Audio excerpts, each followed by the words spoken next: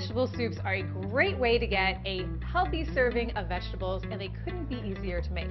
So I'm going to make a cauliflower soup that has basically 3 ingredients. It's beyond simple. Start with a head of cauliflower and break this down into florets. In the cauliflower stalk are little tiny leaves, and we are going to definitely hold on to those leaves today. That's going to be our crunchy factor in our soup. So you can go ahead and just compost these tougher outer stalks. But once you start getting around to this item, you want to hold that aside. They roast up beautifully. And I find it's helpful to just use a paring knife to kind of work around the center stalk instead of just cutting into it with a large chef's knife. All right, so we got some more leaves there. So we're looking for even-sized stalks. You can just sort of break them apart with your hands. Super easy. Cauliflower is an interesting little vegetable. Did you know that it contains almost as much vitamin C as a small orange? Super rich in vitamin C as well as potassium. But I think the texture is what a lot of people crave because it purees into such a beautiful, creamy, rich, satisfying puree. No need for cream or a lot of extra fat. So let's transfer the florets to a medium-sized pot here. Make sure we get all the pieces on the board. Top this with 2½ cups of chicken stock. You can also use vegetable broth or even water. Now this may look interesting because our liquid line does not actually cover the cauliflower. This is one of the keys to this recipe. We're basically going to be steaming our florets, and then the small amount of liquid is just going to add enough body to puree it, and we're going to have a really nice, rich, creamy soup. So we'll bring this to a boil, season with salt, a few grinds of fresh pepper.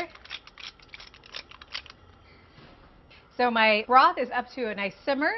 Just reduce this slightly, cover it, and we're going to cook this until the cauliflower is super, super tender, about 20 minutes. While the cauliflower is cooking, let's roast the leaves. Just transfer them to a small sheet pan. This amount looks good here. I'm going to drizzle with a little bit of olive oil, season with salt, and of course pepper. Give it a good toss. Make sure they're nice and evenly coated. So into a 450-degree oven for about 10 minutes. All right, it's been about 10 minutes. Let's check on the leaves. They look great. So we'll let those cool over here. Beautiful, nice and crispy. Let's check the soup. Should be done. It's been bubbling away. Great way to test is to pierce the florets with a paring knife. It should have no resistance at all.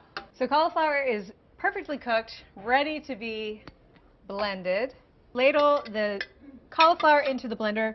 Really important when you're blending hot things in a blender is to only fill it up halfway, so definitely work in batches. I always like to take the top off if things are a little steamy in there and just cover it with a towel. Already looking really silky. All right. So just transfer this to another container while you finish up with the other portion in the pan. All right, looks like everything's there. And blend.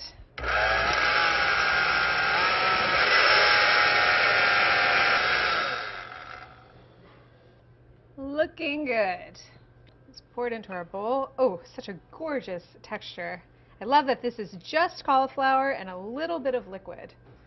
Really the essence of cauliflower. So now we're going to, of course, add a little bit more pepper.